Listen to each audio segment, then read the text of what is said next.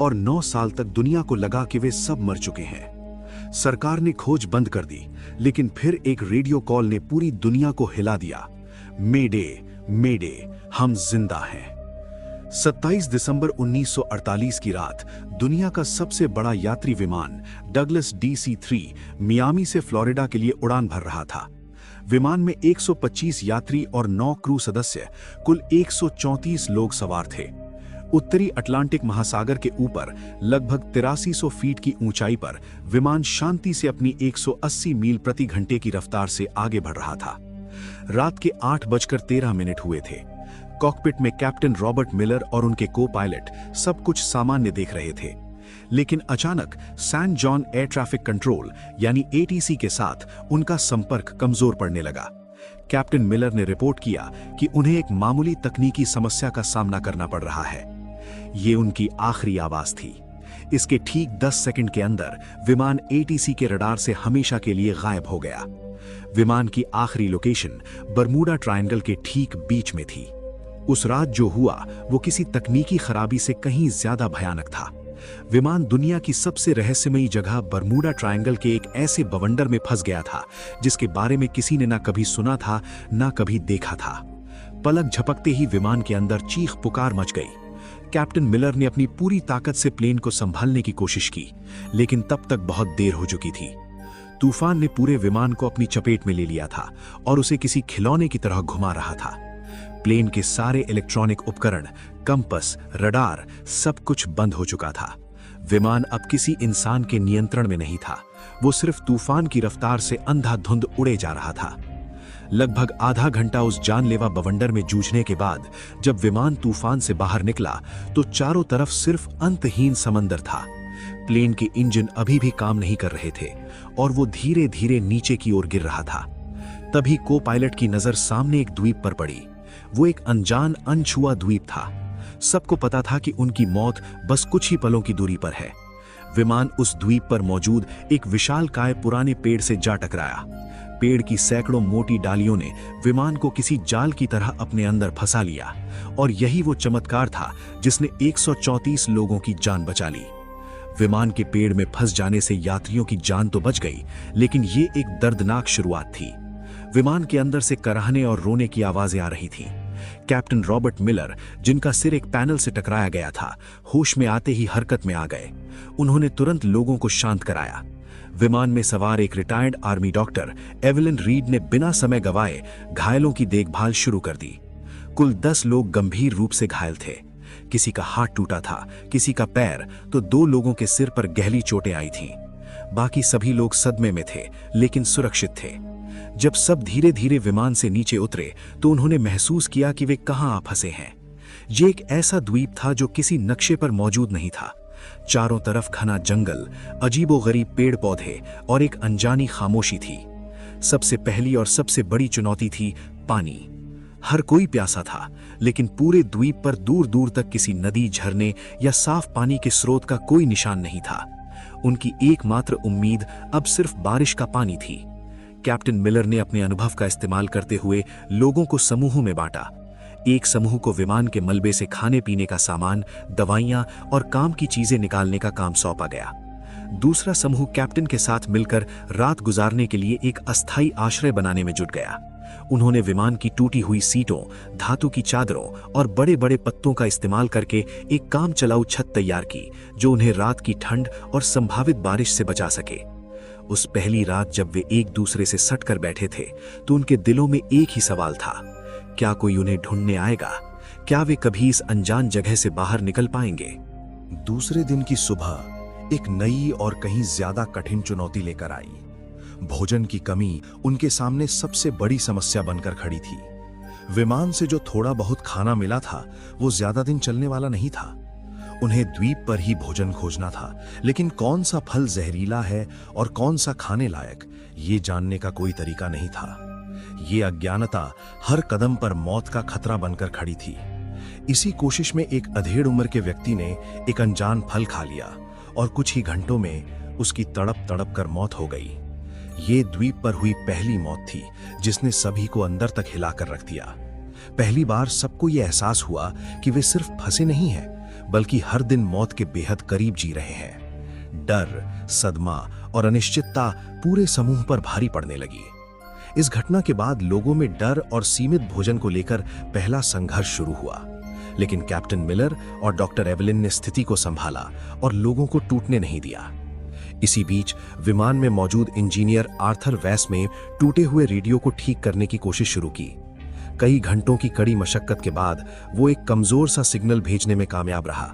उसने अपनी आखिरी लोकेशन और मदद का संदेश भेजा, लेकिन सामने से कोई जवाब नहीं आया। रेडियो की बैटरी खत्म हो चुकी थी और संपर्क का एकमात्र जरिया भी हमेशा के लिए टूट चुका था। दिन बीतते गए। जब 10 दिन बाद भी बचाव का कोई संकेत नहीं मिला, तो 4 लड़कों और एक लड़की का सब्र जवाब दे गया। एक रात जब सब गहरी नींद में थे, वे चुपके से विमान के मलबे से बनी एक छोटी सी नाव लेकर समुद्र में उतर गए। उन्हें लगा कि मरने से बेहतर है कोशिश करना। वे फिर कभी लौटकर नहीं आए। उनका क्या हुआ, वे कहां गए, ये एक रहस्य बनकर रह गया। उनके जाने के बाद बचे हुए लोगों को यह एहसास हो गया कि अब उन्हें लंबे समय तक इसी द्वीप पर रहना पड़ेगा। उम्मीद की जगह धीरे धीरे मजबूरी ने ले ली। कैप्टन मिलर ने सभी को इकट्ठा किया और एक स्थायी व्यवस्था बनाने का प्रस्ताव रखा। काम का बंटवारा किया गया। एक टीम रोज जंगल में जाकर भोजन और फल इकट्ठा करती, दूसरी टीम आश्रय को मजबूत बनाने और उसकी मरम्मत का काम संभालती। डॉक्टर एवलिन और कुछ अन्य लोग घायलों और बीमारों की देखभाल में जुट गए। दूसरी ओर अमेरिकी सरकार ने विमान को खोजने के लिए इतिहास का सबसे बड़ा सर्च ऑपरेशन शुरू किया था। अटलांटिक महासागर के चप्पे चप्पे को छान मारा गया, लेकिन विमान का एक टुकड़ा भी नहीं मिला। 1 सप्ताह की लगातार खोज के बाद जब कोई सुराग नहीं मिला, तो ये विशाल अभियान धीरे धीरे ठंडा पड़ गया। इसी बीच द्वीप पर बचे हुए लोगों ने जीने की कला सीखनी शुरू कर दी थी। उन्होंने द्वीप के पत्थरों और विमान की धातु को घिस घिस कर चाकू और भाले जैसे औजार बनाए। सबसे बड़ी चुनौती द्वीप के जंगली सुअर थे, जो झुंड में रहते थे और रात के समय उनके शिविर पर हमला कर देते थे। विमान में मौजूद एक शिकारी ट्रेनर ने लोगों को भाला चलाना और जाल बिछाना सिखाया। कई दिनों की योजना और अभ्यास के बाद उन्होंने अपने पहले जंगली सुअर का शिकार किया। ये एक भयानक लेकिन भावनात्मक क्षण था। शिकार के दौरान 2 लोग घायल हो गए, लेकिन जब वे उस शिकार को लेकर शिविर में लौटे, तो वो सिर्फ भोजन नहीं था, वो उनकी एकता और दृढ़ संकल्प की जीत थी। उन्होंने द्वीप के किनारे टूटे हुए नारियल के तनों से रेत पर बड़े बड़े अक्षरों में हेल्प लिखा, इस उम्मीद में कि शायद कोई गुजरता हुआ जहाज या विमान इसे देख ले। हर दिन वे उसी दिशा में नजरें गड़ाए रहते थे। 6 महीने बीत चुके थे। बाहरी दुनिया के लिए NC-16002 विमान और उसमें सवार 134 लोग एक अनसुलझी पहेली बन चुके थे। 45 मिलियन खर्च करने के बाद अमेरिकी सरकार ने आधिकारिक तौर पर सर्च ऑपरेशन बंद कर दिया और सभी को लापता घोषित कर दिया। उनके परिवारों को बता दिया गया कि अब लौटने की कोई उम्मीद नहीं है। लेकिन इस अनजान द्वीप पर जीवन किसी तरह आगे बढ़ रहा था। जो लोग गंभीर रूप से घायल थे, वो डॉक्टर एवलिन की देखभाल में धीरे धीरे ठीक होने लगे और छोटे मोटे कामों में हाथ बटाने लगे। फिर भी बीमारी और निराशा के कारण कुछ और लोगों की मौत हो गई। अब द्वीप पर केवल 114 लोग बचे थे। उन्होंने अपने मृतकों को सम्मान के साथ दफनाना शुरू किया और एक दूसरे का मानसिक सहारा बने। रात में जब सब आग के चारों ओर बैठते, तो अपने पुराने जीवन की कहानियां सुनाते और कभी कभी गाने भी गाते। लगभग 1.5 साल बाद द्वीप पर पहली बार किसी बच्चे की किलकारी गूंजी, जिसने सबके दिलों में एक नई उम्मीद जगा दी। लगभग 1.5 साल बाद द्वीप पर जन्मे उस बच्चे ने सभी के भीतर जीने की एक नई वजह भर दी थी। समय बीतता गया और 2 साल पूरे हो चुके थे। इस दौरान उन्होंने द्वीप पर जीना सीख लिया था। उन्होंने छोटी मोटी खेती शुरू कर दी थी और मछली पकड़ने के नए नए तरीके ईजाद कर लिए थे। फिर भी सभ्य दुनिया में लौटने की इच्छा उनके दिलों में जिंदा थी, जो हर रात उन्हें बेचैन रखती थी। इंजीनियर आर्थर वेंस के नेतृत्व में सभी ने मिलकर एक बड़ी नाव बनाने का फैसला किया। ये उनका अब तक का सबसे बड़ा और सबसे महत्वाकांक्षी प्रोजेक्ट था। महीनों की कड़ी मेहनत के बाद उन्होंने विमान के टुकड़ों, लकड़ी और बेलों का उपयोग करके एक बड़ी और मजबूत नाव तैयार की। जिस दिन उन्होंने उस नाव को समुद्र में उतारा, वो दिन किसी त्योहार से कम नहीं था। 25 सबसे मजबूत और अनुभवी लोगों को उस नाव पर सवार किया गया, इस वादे के साथ कि वे मदद लेकर वापस लौटेंगे। नाव द्वीप से कुछ मील दूर तक तो ठीक चली, लेकिन फिर मौसम ने अपना असली रूप दिखा दिया। अचानक आसमान में काले बादल घेर आए और एक भयानक तूफान ने उनकी नाव को चारों तरफ से घेर लिया। ऊंची ऊंची लहरों ने नाव को पलट दिया। उनमें से कुछ ही लोग तैरकर किसी तरह वापस द्वीप के किनारे पहुंच पाए, लेकिन उस हादसे में 16 लोगों की जान चली गई। ये द्वीप पर अब तक का सबसे बड़ा झटका था। पहले ही बीमारी और निराशा से 15 लोग मर चुके थे और अब इस हादसे ने 16 और लोगों को उनसे छीन लिया। कुल मिलाकर 31 लोगों की मौत हो चुकी थी और 5 लोग पहले ही भाग चुके थे। अब द्वीप पर केवल 98 लोग बचे थे। इस घटना ने उनके बचने के विश्वास को पूरी तरह चकनाचूर कर दिया। कई लोगों ने मान लिया कि यही द्वीप उनकी कब्र बनेगा और यहां से निकलने की हर कोशिश सिर्फ मौत को दावत देना है। लेकिन फिर भी कुछ लोग ऐसे थे जिनके भीतर उम्मीद की आखिरी लौ अभी बुझी नहीं थी। 5 साल गुजर चुके थे। जो बच्चे द्वीप पर पैदा हुए थे, उनके लिए यही उनकी पूरी दुनिया थी। उन्होंने कभी कार, बिजली या शहर नहीं देखे थे। बड़े लोग उन्हें अपनी पुरानी दुनिया की कहानियां सुनाते, जो उन बच्चों के लिए किसी परी कथा से कम नहीं होती थीं। लेकिन समय के साथ समाज में दरारें पड़ने लगीं। द्वीप के प्राकृतिक संसाधन जैसे खास किस्म के फलदार पेड़ और छोटे जानवर धीरे धीरे कम होने लगे थे। भोजन की कमी ने लोगों के बीच तनाव पैदा कर दिया और वे 2 गुटों में बंट गए। एक गुट का नेतृत्व कैप्टन मिलर कर रहे थे, जो अब भी मानते थे कि किसी भी कीमत पर यहां से निकलने की कोशिश जारी रखनी चाहिए। दूसरा गुट एक हताश व्यक्ति के नेतृत्व में था, जिसका मानना था कि यही उनकी नियति है और बाहर निकलने की हर कोशिश सिर्फ मौत लेकर आई है। इसी बीच भोजन की तलाश में गया एक खोजी दल द्वीप के अंदरूनी हिस्से में पहुंचा, जहां उन्हें कुछ ऐसा मिला जिसने उनके रोंगटे खड़े कर दिए। उन्हें किसी प्राचीन और टूटी फूटी सभ्यता के खंडर मिले। उन खंडरों के पास एक गुफा के अंदर उन्हें एक इंसान का कंकाल मिला, जिसके पास धातु का एक छोटा सा जंग लगा टुकड़ा पड़ा था। वो टुकड़ा किसी पुराने विमान का हिस्सा लग रहा था। इससे साफ हो गया कि वे इस द्वीप पर फंसने वाले पहले लोग नहीं थे।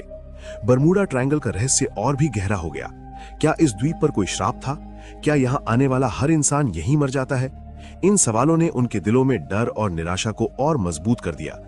7 साल बीत चुके थे और इन 2 सालों में तनाव, बीमारी और भोजन की कमी के कारण 16 और लोगों की मौत हो गई थी। अब उनकी संख्या घटकर सिर्फ 82 रह गई थी। लोग जीने की उम्मीद लगभग छोड़ चुके थे और बस किसी तरह दिन काट रहे थे। तभी 8वें साल की एक दोपहर द्वीप पर एक भयानक चक्रवात आया। तेज हवाओं और मूसलाधार बारिश ने उनके बनाए आश्रयों और फसलों को पूरी तरह तबाह कर दिया। वे खुले आसमान के नीचे भीगते हुए कांप रहे थे और सोच रहे थे कि शायद अब अंत आ गया है। लेकिन कुछ ही हफ्तों बाद द्वीप एक जोरदार भूकंप से कांप उठा। जमीन ऐसे हिल रही थी जैसे फट जाएगी। पहाड़ टूटकर गिरने लगे और पेड़ जड़ से उखड़ गए। हर कोई अपनी जान बचाने के लिए इधर-उधर भाग रहा था। अनजाने में यही भूकंप उनके उद्धार का कारण बनने वाला था। भूकंप के कारण विमान का वो मलबा जो सालों से एक ही जगह पड़ा था, अपनी जगह से खिसक गया। उसके नीचे दबे कुछ तार और उपकरण बाहर आ गए। भूकंप के कुछ दिन बाद जब सब कुछ शांत हुआ तो इंजीनियर आर्थर वेन्स टूटे हुए मलबे का निरीक्षण कर रहा था। तभी उसकी नजर विमान के उस रेडियो पर पड़ी जो अब एक अलग कोण पर पड़ा था। उसी समय वैज्ञानिकों के अनुसार एक तीव्र सौर तूफान यानी सोलर फ्लेयर उठा, जिसने पृथ्वी के चुंबकीय क्षेत्र को प्रभावित किया। शायद इसी खगोलीय घटना या हिले हुए तारों के जुड़ जाने से एक चमत्कार हो गया।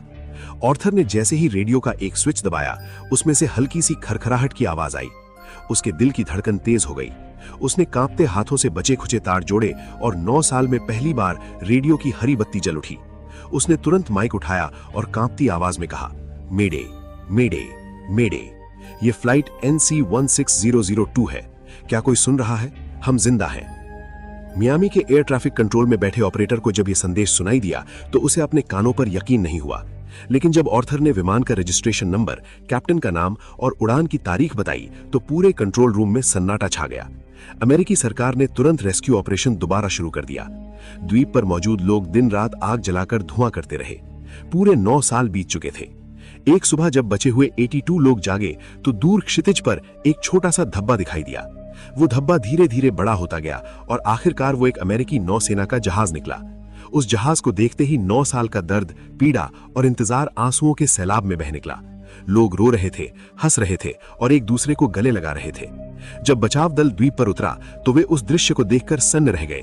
जिन्हें दुनिया 9 साल पहले मरा हुआ मान चुकी थी, वे आज उनके सामने खड़े थे। उनकी वापसी की कहानी ने पूरी दुनिया को हिला दिया। एक साल बाद 1958 में लेखक जेम्स बार्डविन ने इन बचे हुए लोगों के अनुभवों पर आधारित किताब लिखी जिसका नाम था lost in the echo of 9 years, survival of flight NC 16002।